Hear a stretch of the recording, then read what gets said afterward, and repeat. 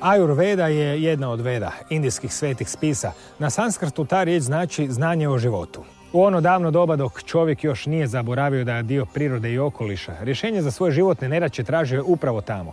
A bolest je nekad, kao i danas, bila jedna od najgorih nedaća koje čovjeka mogla zadesiti. Promatranjem i razumijevanjem prirode i života oko sebe počeo se stvarati u neka davna vremena jedan od najstarijih sustava liječenja, Ajurveda. Ova Ajurvedina zapravo se nije znalo puno i uvijek imala neki prizvuk egzotike. No posljednjih desetljeća sve je prisutnija, sve manje egzotična, a sve više prihvaćena. Širenjem Ajurvede u svakodnevicu pojavile su se i mogućnosti studiranja ajurvedske medicine i bez odlaska na drugi kraj svijeta. U nekim europskim zemljama studije Ajurvede postoje već nekoliko godina, a odnedavno i ovdje, u Hrvatskoj. I pitanje je vremena do kada ćemo je sretati ovdje, na rubu znanosti.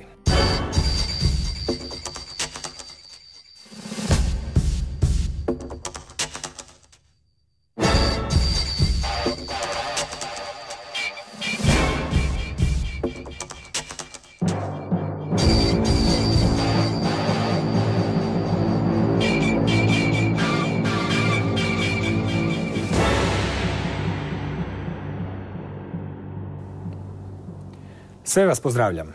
Dr. Maruf Atik, direktor je Ajurvedskog koledža u Velikoj Britaniji u sklopu sveučilišta Middlesex. Dr. Venkata Narayana Joshi, voditelj tog istog studija, također u Londonu u Middlesexu.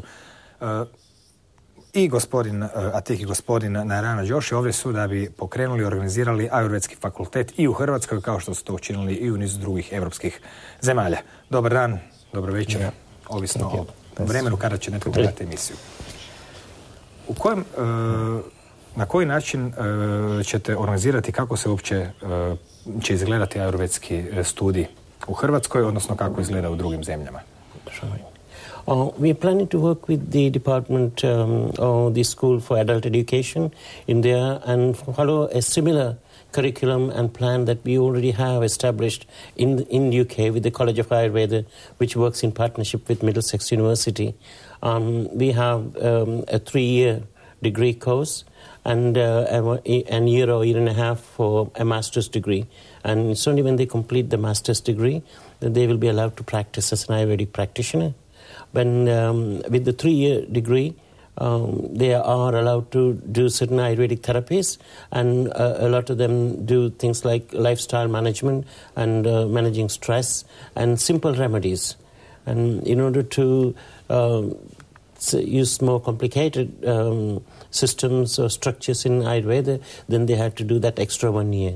Now, in Croatia, we are planning to establish what the college is doing is to give the basic understanding, which is a 3-year program, which will then enable them to practice some Ayurvedic medicine therapies in this country, as far as the regulations of the government will allow. And then they'll also have an opportunity to do further education and become a full-fledged practitioner. Mm-hmm. And it all depends on different countries, what their regulations and what their norms are to allow them to practice. Približite nam malo svijet obrazovanja u Ajurvedi. Naime, Ajurveda danas u Hrvatskoj više nije toliko egzotičan pojam kao prije 10 ili 15 godina. Međutim, često puta ju se povezuje sa nekakvom egzotičnom tehnikom iz neke daleke zemlje, ponekad ju se smatra alternativnom medicinom i slično, no malo je poznato da u Indiji, za razliku od Hrvatske, postoji čak, ja mislim, 6, da kažemo, službenih medicinskih sustava. Kod nas imamo 1 koji je služben. Kad kažem služben, mislim da imaju osiguranje i bolnice i slično. U kojoj mjeri Ajurveda i Ajurvedski fakultet zastupljen unutar te podjele raznih medicinskih škola u Indiji? Yes. Now, when you look at Ayurvedic medicine or Ayurveda as such, you're right to say that in India there are different systems. Yes, each country has its own medical system. Like China, they have their Chinese medicine. Russia, they had their own Russian systems of medicine. In the same way, India has its own Indian system of medicine. Ayurveda originates from India, but it also depends on what the state or the government allows them to practice. Now, when we look at the West, like in Croatia or in European countries, there the medical system is the Western medicine or the allopathic medical system. But the strength in Ayurveda does not look only at the person when they get ill, But Ayurveda's strength is looking at people before they become ill. So it's very strong in health promotion, in promoting the health, in allowing the healthy people to stay healthy. And that can be practiced anywhere in the world, in any country. It's to maintain the health. But then when it comes to difficult or very acute health problems or conditions, then they have their own systems. Then people can be referred to the allopathic system. So Ayurveda works very well in the primary health care, in the basic health, before it becomes too difficult or too complicated. And also in some of these acute conditions, we train Ayurvedic physicians to be able to recognize their limitations, what they can do and what they cannot do. And then they can refer them to the hospitals or medical centers which can deal with that. So that is a system which we can apply across the world to anywhere. It saves the health system a lot of time, a lot of money, because this is another level where illnesses can be identified before it becomes very acute, and we need to use very expensive medicines or drugs. So in Ayurveda we have what we call daily regimes, daily routines in order to look after your health. Then there are ways of nutrition and lifestyle, managing stress. And then if you are becoming ill, there are ways that you can detect or find what are the symptoms that's making you imbalanced or causing illness within yourself. And then you can take advice. So there are a lot of simple remedies that we almost do every day at homes. Our grandmothers, our parents have been doing that. It's a universal system. Ayurveda, although it started in India, it doesn't mean it only belongs to India. It's a universal system. Wherever people are there, they can look after their health using certain principles that is mentioned in Ayurveda. Exactly to add up that question. And when I was in Dr. Tomislav's house and I started beginning to understand, well, Ayurveda is everywhere. Ayurveda is in Croatia, because we visited the green market where you could see the 96-year-old woman. She is selling the cream, and also the cream is exactly the tasteful rather than, it's more like butter. And the taste of that butter coming to ghee in Ayurveda, and that's what the principles of, I have seen even the old lady selling the herbs in the market. And lots of things I was very fascinated to know about it.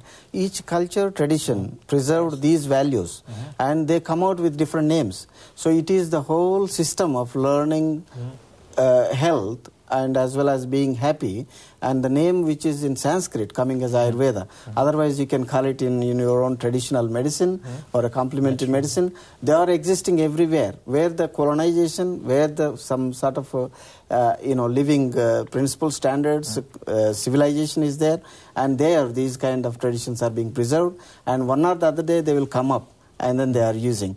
And I was fascinated to see those fermented kind of vegetables being sold under the market. And that's what the Ayurveda always believing in, sweet taste, sour taste, salty, pungent, that means spicy, bitter, astringent.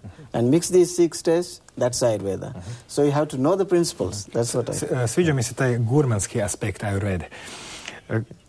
S obzirom na organizaciju Hrvatskog studija Ajurvede, vi ste voditelj studija u Middlesexu, možete nam pisati obaveze tjedne, dnevne studenata, koliko vremena su oni zapravo okupirani, kako izgleda organizacija dnevnog rada i studija tijekom tih 3 godine ili koliko? Yeah, that's part of... The 3-year study is, it's an integrated course, what we do in the Middlesex University, because UK is in a peculiar situation where it is legally allowed to practice herbal medicine. But it is an unregulated profession at the moment. But the UK is trying to do is to regulate that. And one way of regulating is through having an education system which is recognized. Now, within the 3 years of the teaching, we start with the set basic principles of Ayurveda, what is health, and looking at the person as a whole person, not just the physical body. But in Ayurveda, a person is made out of his... the spirituality is important, his psychology is very important, his input from his senses are important, and how he maintains his physical body. All these 3 put together makes a person. And if there is something imbalanced in any one part of that can affect the body and then show as a symptom of a disease or something. So in Ayurveda, we teach those basic principles first, in the first year. And also we teach some amount of anatomy physiology, so they can understand the human body, what are the structures, how it works. And then we also teach some communication skills, counseling skills, how to deal with people, how to talk, how not to judge people. And when they come to the second year, we teach some things like the pathologies, disease conditions, both the modern disease pathology as well as the Ayurvedic disease pathology, how to diagnose, diagnostic principles, and also most of the herbs and the principles of using those herbs, identifying those herbs, and looking at some of the common herbs. And the herbs are there everywhere. It not necessarily doesn't have to be those herbs that come from India, but even in Europe, in Croatia, there is a lot of herbs. So we went to see a herb garden this morning, and we've seen a lot of herbs that is being grown that can be used, which is also part of Ayurveda. And then when they come into their third year, we teach them about medicine, Ayurvedic medicine, and diseases, and how to treat those diseases. And we also have a very strong research base, because research is very important in a developing profession. If the profession has to go forward, it has to have an evidence-based research program. And so we emphasize our students a lot on the research side of that, and also the legal framework within which they can function and operate. So that covers the third part. And also during this time, there is clinical training. There is laboratory training for some parts of the physiology and things. And then when it comes to the medicine and diagnosis, then they have clinical training where they train in clinics with patients. And also we send some of the students to India as part of their training, because in Britain we don't have hospitals of Ayurveda. So they need to see how Ayurveda is working in a hospital situation. And that gives them more confidence that they can do and apply those things in places they don't have. So that is how our 3 year is structured. Ono što me najviše osobno fasciniralo kod Ajurvede, to je sustav dijagnosticiranja. Možda bi u nekom drugom dijelu svijeta ljudima bilo neobično kada te doktor traži da isplaziš jezik, ovako, pa je možda to sve stvar kulturnog uvjetovanja. Međutim, specifična dijagnoza pulsom, u kojoj na izgled se sada 3 prsta stave na žilu, pokazuje se kao jedno nevjerojatno precizno i korisno sredstvo dijagnosticiranja svakojakih, kako da kažem, i problema i dijelova onog što čovjek jest. Na koji način funkcionira dijagnoza pulsom? Yeah, the pulse diagnosis is just one part of 8-fold diagnosis, and there are total 10-fold methods of diagnosis. But this is the broad aspect of looking into somebody's life circumstances. For example, say, if you say like 10-fold examination is where you are born and brought up, and what sort of childhood you had, and where did you migrate, and the kind of understanding the geographical locations. And then that's the growth and development since childhood, and what sort of significance it places when you grow and become, elderly and elderly. And are you carrying the kind of the diseases which you brought from genetical predisposition to this, some of the hot countries to cold country migrations. So Ayurveda looking at a broad level, understanding your lifestyle and where you are born up, and how is your tissues.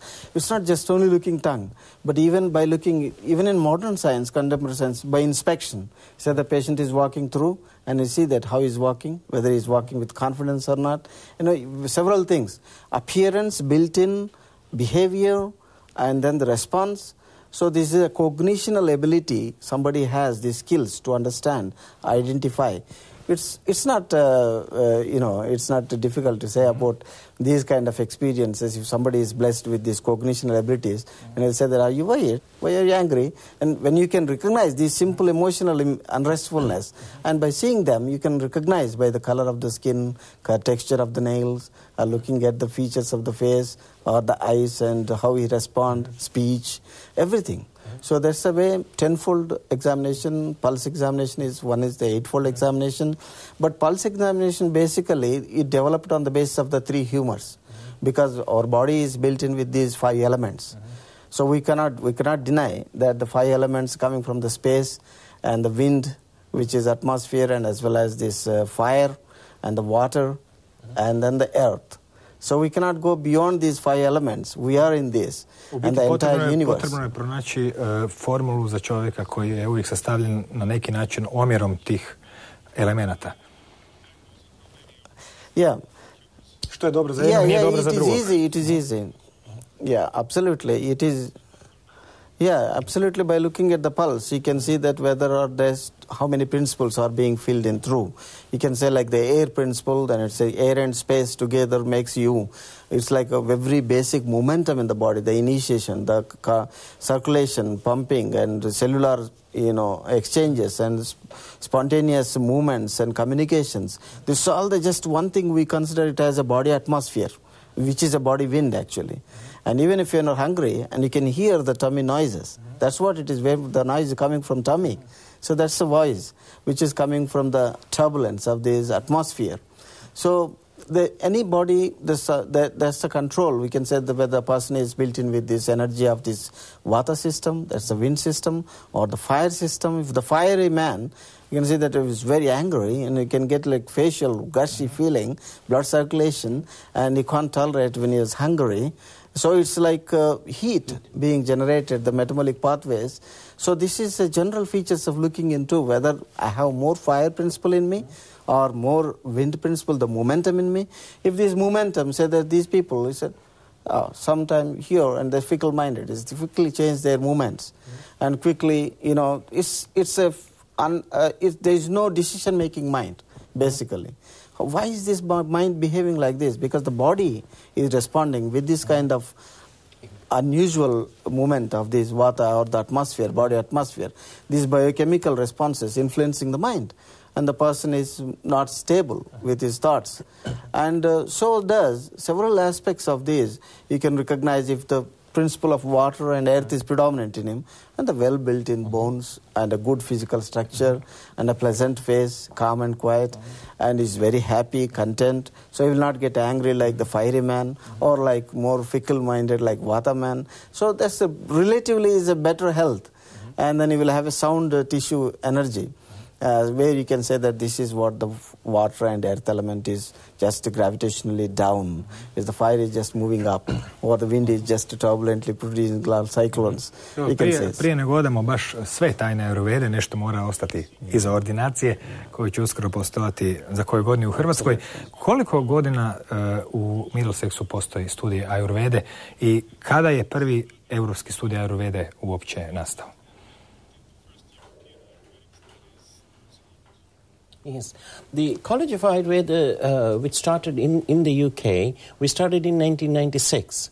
We set up the school to teach some of the Ayurvedic principles, because at that time also we was formed the Ayurvedic Medical Association, which had its own code of conduct and was looking after the profession of Ayurvedic medicine. And later it became the Ayurvedic Practitioners Association, which is one of the active associations which is taking part in the regulatory processes within the UK. So in 1996 we set up this school of College of Ayurveda.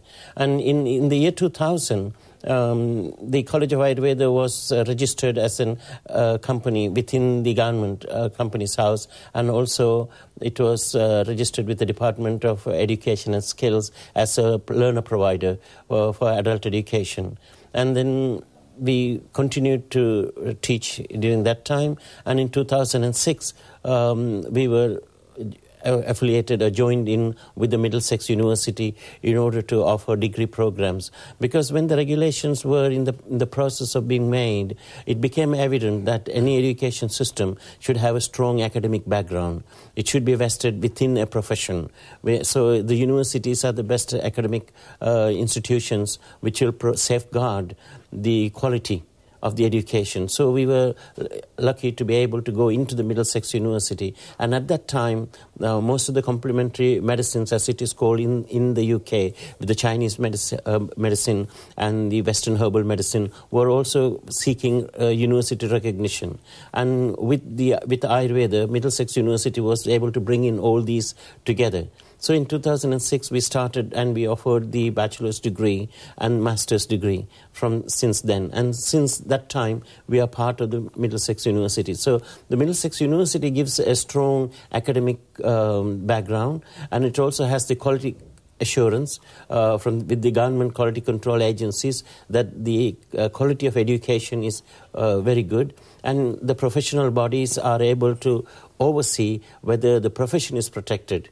And so this is sort of a joint effort in order to strengthen the Ayurveda system of medicine, which has a strong educational background.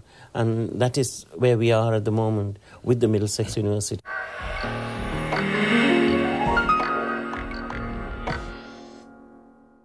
Gdje i kada studirati Ajurvedu u Hrvatskoj? Kako započeti, koliko vremena odvojiti?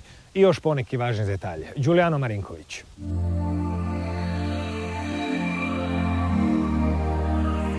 Ajurveda, tradicionalna indijska medicina koja njeguje preventivni i holistički pristup zdravlju, u središte stavlja cjelokupnu stabilnost čovjeka i njegovu sretnu dugovječnost. Zahvaljujući zakonu iz 1970. godine, Središnje vijeće indijske medicine ozakonilo institucije koje mogu organizirati studij Ajurvede.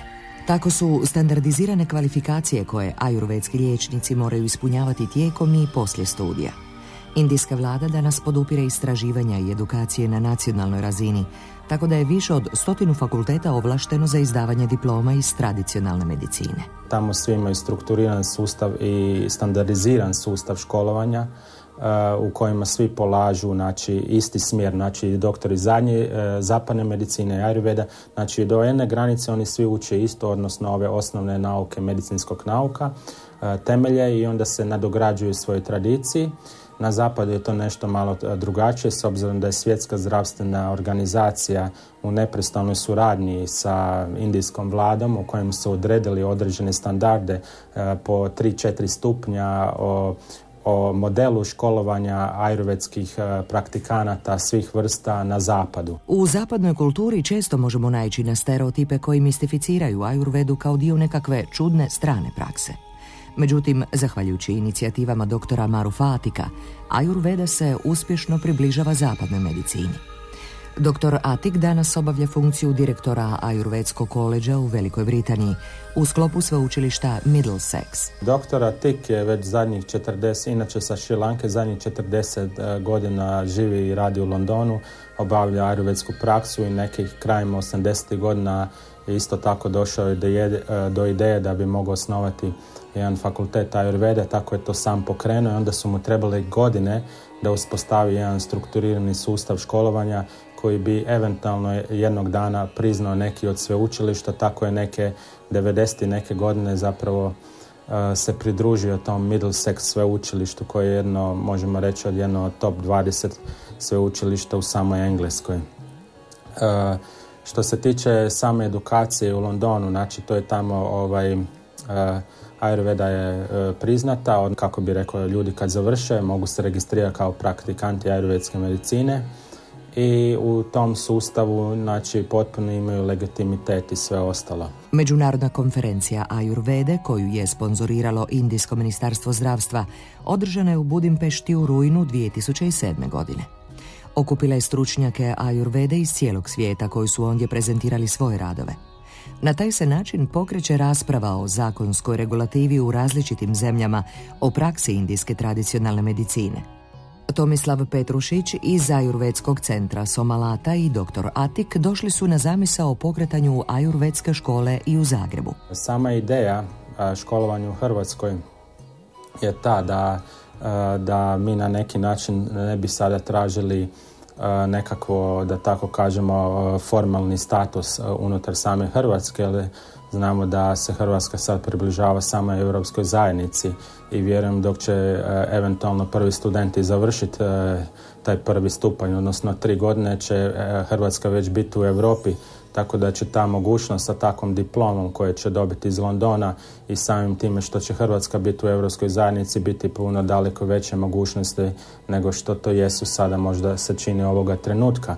Ali ono koja je vrijednost toga da će svi zainteresirani, odnosno polaznici, dobiti jedno autohtono znanje, znači od tih ljudi koji dolaze od tamo od kuda je nastala Ajurveda, da je to jedan priznati fakultet koji je u sklopu sveučilišta i da znači sama diploma je od tog fakulteta iz Londona, s time da svi zainteresirani kasnije u nekakvom kasnijem slijedu školovanja imat će mogućnosti za diplomski po ovom novom bolonjskom sustavu. Znači to bi neki bio magisterij, postdiplomski će moći zainteresirani isto tako dati u Indiji, u samoj Indiji, s obzirom da je fakultet pridružen jednom indijskom sveučilištu ajurvedske medicine u Indiji. Polaznici studija moraju ispunjavati minimalne uvjete završene 4-godišnje srednje škole. Prva godina studija počinje u jesen 2010. i upisi upravo traju. Nakon uspješnog završetka studija polaznici dobivaju i prikladnu titulu. Ovdje se pretežno radi, znači, o tituli, na hrvatskom bi to bilo prvostupnik, odnosno na engleskom Bachelor Degree of Ajurveda. Polaznik će, znači student će biti osposobljen da daje jedne ajurvedske konzultacije, drugim riječima, znači ajurvedsku dijagnostiku, ajurvedsku preporuku o ishrani i sve ono ostalo, ajurvedsku preporuku u nekakvim vrstama terapije u ajurvedi. Znači sve ono što bi na nekakvom stupnju mogao dobiti, s obzirom na fakultet dosta sažet, znači u te 3 godine to je po školovanju po novom stupnju Bolonje koja uključuje isto tako i praksu. Recimo na kraju 3. godine polaznici moraju ići u Indiju i provesti 2 mjeseca u ajurvedskoj bolnici u Indiji.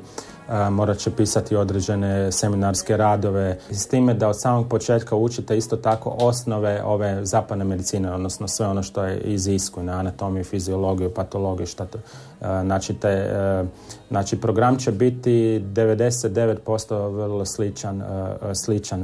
sličan u Londonu, s time da ćemo ga malo prilagoditi za ovu našu lokalnu kulturu. Znači ne radi se o nikakvoj filozofiji ili nikakvoj sekti ili nikakvom vegetarijanstvu ili bilo čemu drugome, već radi se o jednoj etabliranom nauci koja evo već zadnjih 20 godina poprimila određene strukture školovanja na zapadu. Tijekom 1000 godina Ajurveda je razvila karakterističnu medicinsku dijagnostiku koju i danas rabi kod pregleda pacijenata.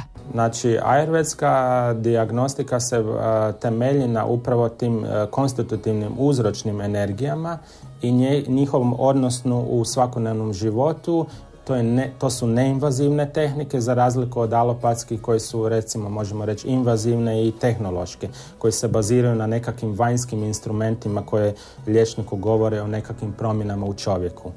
Znači, u ajurvedskoj dijagnostiki možemo vidjeti sva stanja čovjeka, znači duh i tijelo, znači u kakvom je on stanju i samim time ispraviti određena stanja da bi čovjek mogao se vratiti u neko stanje ravnoteže. Obično se to radi o dijagnostici pomoću pulsa koja govori o svemu, znači u iskusnom dijagnostičaru može govoriti najveće detalje stvarno o čovjekom životu, pomoću očiju, pomoću boje kože, pomoću topline kože, pomoću boje glasa, znači po fizičkom izgledu. Znači to je otprilike pomoću urina, pomoću stolice, to je nešto malo rjeđe se koristi na zapadu. Ali u svakom slučaju to i sve govori, znači te sve ljudske izlučevine zapravo isto tako govore o nekakvom stanju samoga čovjeka. Kako izgleda suživot ajurvedske medicine i alopatske medicine u jednoj zemlji? Da li međusobno, da kažem, liječnici izmjenjuju iskustva, jer ipak novo znanje donosi neke nove viruse informacija i najčešće takvi spojevi urode nekakvim lijepim voćem, da tako kažemo. Yeah, when we look into these two aspects, like you can see like a railway track and two lines, and it look like when you go at the end they merge it. But the problem is the physical way of looking into the conventional medicine, contemporary conventional modern medicine, which is a few centuries old, and it's being just invented through from this more trial and error methods based on the facts or the sensory findings, you can say. So what is the fact? and a fiction. That we have to understand first before we answer this. We'll say that the facts are which I experience, I know, I understand, and now I understand. But the thing is, the fiction is, it's beyond the senses. The fact is, there are many microbes here, and that's a fact. But is it a fact? Can you see them? Can you experience them? No. When I get infected or illness, I experience there are bugs in me. But thing is, they needed a fact, the microscope, or the things to look at it, that they is filled up with bugs here. The Ayurveda looks in different way, looking at that how the fictions can be facts, facts can be fictions. That's a overchanging kind of in knowledge. But the knowledge is a continuous flow of wisdom. So unless you understand, and what extent did I look at, what extent did I understand, that's what Ayurveda is all about. If you say that you perfectly know a field, and you know the perfection of that only one field, but if you overlook that field, and it gives you all communications. For example, if you just go up and look at the Zagreb, and you can find out where are the layouts and the complete Zagreb, how does it look like. But if you just explore one area, and you better know what is the street name, what is the house name, who is living there. This is what the conventional medicine is looking into. And it gives all particulars and perfect knowledge, but that knowledge is very limited, because it's limited to understanding. If there is no electron microscope, I never know what's bothering me. But thing is, there is beyond lots of things. It's not just only the bugs. How anybody would get illness, and why anybody will not suffer with the same kind of the living styles. So Ayurveda is understood and based of three aspects, three pillars. We say that the food aspect, because the body is grown from the food. You cannot avoid that the food is not different from the body, because that's ultimately the body is built in with the food. So for example, bringing Ayurveda is something like bringing Chinese food or the Italian food or Croatian food, and you have the food is a food which is meant for nourishing and building up the tissues. But thing is, the taste is different from each. So Ayurveda is a kind of taste which will give you a perfection into the nourishment and growth and development. And that's what it's beyond to look into. These are two existing systems. They should integrate at one level, because where there is an answer, better answer, because contemporary science, where for acute infections, and when the fever is not reducing, or the surgical interventions, or traumatic conditions, fractures and emergencies and cancers. So these are the conditions, malaria, typhoid, or the tuberculosis. So acute infections, you cannot go for this kind of a slow and steady, built-in kind of the system where Ayurveda builds in through from the diet and the regulation point of view, lifestyle, and a proper rest, the sleep patterns, and then proper thinking. That's better. So this is a gradual building up one's own life into the more healthy, not getting infected by this, or just not having illnesses or sufferings. It's not always the bugs, it's only the psychological imbalances can also lead to the more illnesses into the body, physical, psychosomatic illnesses. So that way, these two are necessary, because it's too busy, we are all stressed for nothing. So we have much time, but still we are rushing and hurrying and deadlines and meeting. And so this is the factual life, what we are living in the society. So doesn't we need a time back and sit back and comfortably, silently, and, closing, looking and exploring yourself, or being happy? Why anybody would go for a holiday? That's what Ayurveda. So going on holiday is Ayurveda. Living in a busy life schedule is something like contemporary medicine. Yeah. What's you looking into? Yes, I also thought that you mentioned how the two practitioners are working together, or how they see each other. Now, because in the West there is a greater awareness of natural medicine or other medical systems. It's not due to the failure of the allopathy system, but it is the use or something that has been existing for over thousands of years, and now they are curious to see what is happening. And most of the young doctors who come out want to know more about Ayurveda. And we also have a program for doctors to train in Ayurveda. There's a one-year program which is run by the Middlesex University, which takes the doctors after their MBBS degree and teaches the basic principles of Ayurveda, so they can apply some of these, as Dr. Joshua was saying, in conditions where it does not cure or not easily treated, by Western medicine. There are many chronic conditions. If a person gets a paralysis, he's just left with physiotherapy. There's nothing one can do. But in Ayurveda, there are a lot of things that we can try to stimulate his systems and start to work. There are chronic skin disorders. They all use steroid and nothing else for those problems. But then in Ayurveda, it's a different approach. We can cleanse the skin and the blood and make the tissues more healthy. So there are different areas one can do more concentrate and others can do something different. Like if a person has an appendicitis, it's foolish to go to an Ayurvedic physician. So you need to send them to a Western doctor where they can operate on it and have surgery. So, or if it comes with a heart disease or with a fracture. I mean, in Western countries, Ayurveda is not developed to that extent to take care of these things. Ajurveda zapravo jaka kirurgija i nije ono što bismo mogli nazvati najjačom stranom Ajurvede. Ali mi se zato čini da je Ajurveda na zapadu na određeni način čak isputana i da se ne može razmahati u punom smislu zbog određenih nerazumijevanja po pitanju nekih tvari. Recimo, postoji cijela medicina, rasa medicine ili kako se već zove, koja se bavi metalima. Naravno, neki od tih metala su jednoznačno obilježeni na zapadu kao otrovni metali i oni to zapravo jesu. Međutim, u mnogim okolnostima se u ajurvedskim pripravcima kroz puno faza takvi metali pročišćavaju do vode u takva stanja, čak i agregatna stanja kao tvrda, kruta živa recimo, ne, da oni postanu na neki način lijekovi. Međutim, naravno, takva kvalifikacija na zapadu ne postoji i čini mi se da mnoge metode i zahvati koje bi Ajurveda mogla ponuditi zapravo ne može ponuditi jer bi radila protiv zakona koji neke stvari a priori proglašavaju opasnima ili otrovnima, što u nekom drugom stanju one to zapravo i nisu, u nekom naravno jesu. Kako se Ajurveda na zapadu nosi s tim ograničenjima u kojima ne može napraviti onaj pravi zahvat koji možda liječnik ajurvedski htio i mogao u Indiji ili na Šrilanci ili negdje drugdje? Yes, that's what I mentioned before. One has to look into what are the regulations, what are legally allowed to do in a particular country. But if you take India or Sri Lanka, Ayurveda can be practiced in any circumstance. There are surgeons, Ayurvedic surgeons, who operate in India and in Sri Lanka. An appendectomy can be done, appendix operation or cesarean section can be done by an Ayurvedic practitioner. They are taught in that way because the government allows, the law of that country allows them to do.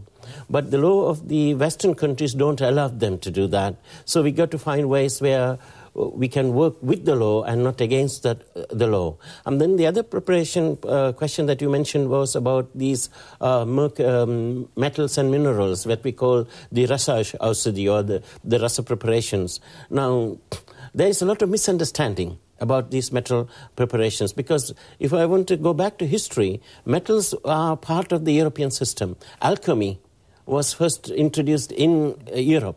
Alchemy came from Europe, which dealt with how to change copper, base metal into gold. That's how the alchemy systems was trying to look at it. So it is in the process of the changing, in the process of purifying those metals and taking their principle, which has a healing quality in that metal, which is more important, rather than the metal itself.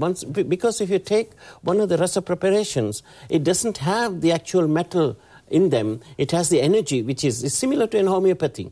In homeopathic medicine, you have the energies of herbs or metals, but you don't have the metal itself. Homeopathy gives you arsenic, but it doesn't have arsenic in those tablets, but it has the signature or the energy. In the same way, when we have bhashmas, when we have gold bhashma, or made out of gold or lead or mercury, you don't have that mercury in a toxic way. It is being detoxified, it is chelated, so it can be easily absorbed by the system and work by creating certain energies within the system. And they are very powerful medicines, which is used in India and in Sri Lanka or in places where Ayurveda is allowed to practice legally. But in the West, there needs a lot of research and education. And I'm pretty sure once the West understands that these are quite safe, then we may have a chance to practice. Then also, we had a very bad publicity, a bad name about using these metals. Sometimes you would have read from the States, there were a lot of papers which came out. But that is also in the way of processing. Because when we are looking at commercializing, certain companies take shortcuts. they don't go through the whole process. And then the toxins remain in them. So one has to be very, very careful when you're using those medicine. So that is the main reason why it's not allowed to be used in the West. Because we don't, even in India, we don't have regulations which will look at the whole industry in a uniform way. So people can prepare their own medicines even now. So it depends on how they are preparing it. If they are preparing it properly, it is very safe. If they are not preparing it properly, it's very dangerous. So that is the most important issue in here. In addition to that, the metals, when you talked about, and you see that modern medicine, when they prescribe the iron as a tablets and iron liquids and potions, tonics and ferric tonics, and as well as the gold preparations, they give injections of these gold preparations for the arthritis conditions. But the thing is, these elements, iron, magnesium, potassium, all these elements, we are in our body, and you can be astonished to see how the gold is going to help in the healing process. And also we have this zinc element which is linked for the spermatogenesis or increasing the fertility. So there are many elements in traces we have, not loaded with the toxicity. The toxicity is the absorption and then the assimilation, bioavailability or metabolism, which is interfered, and then it does not lose its properties as a metal. But we have these elemental traced metals rather than a metal in a compound alloyed form. For example, I would give like iron as a tonic and tablets you take. But if you just take like a jaggery, everybody knows jaggery is a sugarcane sweet product, jaggery you can say in English. And the jaggery, when you mix it with the lime, and this lime, and you will have a better absorption of the iron from the vegetables and the fruits and many things like that, because they're rich with this. Otherwise, if you give an iron tablet, the person may get a constipation because the poor absorption. And then this is the reason why, how the metal should be used. So metals are used, and we have all these traces. But thing is, as Dr. Atik mentioned about the chelation methods and as well as the purity and the standards of these ashes, these metals are completely incinerated to the extent that you have tests like when you smear it, and it's a small hairline structures and it's not shiny. When you put it in the sunlight, you cannot see any shiny particle. That's a dead. It's like you burn the wood, ash, and you burn the metal, ash. Both are same. So when you put on the water, it should float, not to sink. So there are several methods of testimony, and there is no shiny particles. It's a complete dead ash, like a wood being burnt, and that is what the metal transformed for the elemental traces to be, help to improve for the immunology, immunomodulation and healing and many things like that. Yeah. Prije nekoliko godina prvi put sam čuo razmišljanje da je zapravo zdravlje obrazovanje, radilo se o tome da bi se čovjek kad je bolestan trebao zapitati što krivo radi, gdje je pogreška i slično. I primijetio sam da i u Ajurvedi se dosta daje naglasak na tu, mogli smo to nazvati inteligencijom tijela. Na neki oblik shvaćanja i upoznavanja samog sebe. U kojoj mjeri čovjek zapravo kroz inteligenciju tijela i prepoznavanje onog što voli ili ne voli, možda osvješćivanja, bolje reći, može sam sebi pomoći ili to naučiti iz Ajurvede? In every person there is that level of consciousness, or that is oneself, which is like a small voice telling us what is good and what is bad. And very often we don't listen to that voice. When you go into a bar, sometimes your voice will say, oh no, that drink is not very good. But because everybody is drinking, you take them and then you get drunk or you get intoxicated with that. But if you had listened to your voice, then you wouldn't have taken in. And that's what we call prajnaparada, or the violation of our own wisdom. And that's one area that we need. So we need to start looking at ourselves and what is good, and also what is the environment in which we live. Because the food that is grown in the environment is also useful to our own body, because it's in tune with the environment. As Dr. Joshi mentioned, everything in this world is made out of these 5 elements, or 5 main structures, whether they're outside or the inside of our body. And how we harmonize these two together, we maintain our health, we are healthy. And then if we don't harmonize, if we take more of one thing than the other, then we get a disharmony, and that creates an imbalance within our system, and then it manifests as an illness. within our body.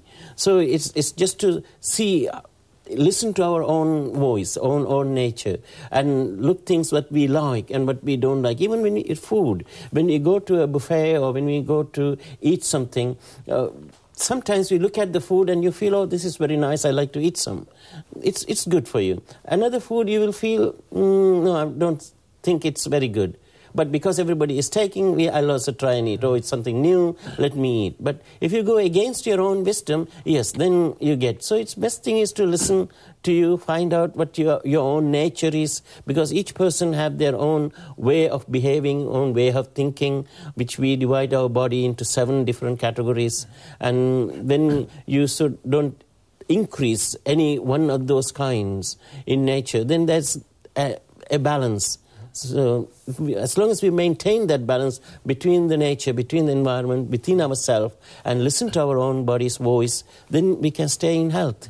Podsjetimo za kraj, jer blizu smo kraja, one koji su se tek sad ukopčali u emisiju, kao što se meni obično događa da uđemo u neku emisiju u zadnjih 5 minuta, da je početak razgovora bio namijenjen organizaciji Ajurvedskog koleđa u Hrvatskoj, koji je upravo u tijeku, da ne kažem, evo, rađa se ili se rodio. Na koji način je taj hrvatski studij Ajurvede povezan sa sveučilištem u Middlesexu, odnosno na koji način se, da kažem, dobivaju diplome, ocjenjuje i daje nekakva garancija za koju ste ispominjali da unutar sveučilišta postoji i slično. Kako bi to trebalo biti u Hrvatskoj, kakvi bi trebali biti predavači, na kojem jeziku i slično? Right. Now, the College of Ayurveda will be like a unit, a nucleus, which will sort of bring in the education system that has been applied at the Middlesex University to Croatian. So we work like a catalyst. So we are looking at the college is not only in Croatia, also across the other European countries, which I'm working with places like Belgium, Amsterdam.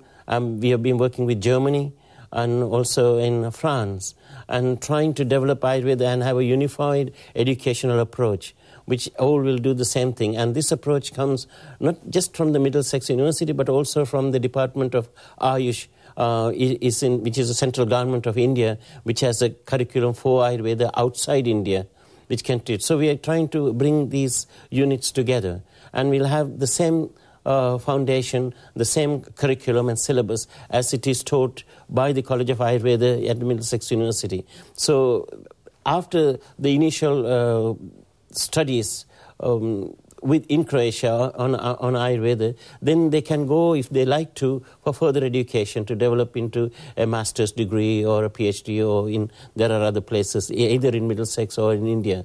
So, but the basic study which we will organize in Croatia will be similar to the undergraduate level that we are running at Middlesex University. So it will be have a sort of a uniformed approach across Europe as far as possible. Koliko bi trebao trajati studij u Hrvatskoj? It's roughly 3 years. It's a 3-year study, which, as I said, the first year will be the basic level, and the second year will be a little more intermediate, and the third year will be the advanced level. And then if you want to do graduate studies, then you had to go into the Middlesex University, because the college is not allowed to do graduate studies. We only do undergraduate studies. So we can bring up to that level. And then we can have, if we have successfully have an alumni I have worked with about 5 or 6 years, like the College of Ayurveda did in UK, then we can go in to do master's degree or higher education in a university or in other areas, not only in Sri Lanka, in UK, but also universities in India, where you can do higher education or you can do a PhD after studying with the College of Ayurveda. Hvala vam na gostovanju u emisiji. Ajurveda nije s nama bila prvi put, nije niti zadnji. Nadam se da će postavljanje fakulteta u Hrvatskoj i ajurvedske škole i vezane uz Middlesex University proteći po planu. Zapad je neka svoja medicinska znanja već odavno izveo na istok. Možda je vrijeme da se klatno zanjiša u suprotnom smjeru, jer znanje je univerzalno kao što su valjda ljudi, i do neke sljedeće emisije koja će govoriti o temama vezanim uz zdravlje. Pozdravit ću vas već tradicionalno, pomalo čak i demode, ali uvijek u ovakvim okolnostima svakako prikladno. Zdravo!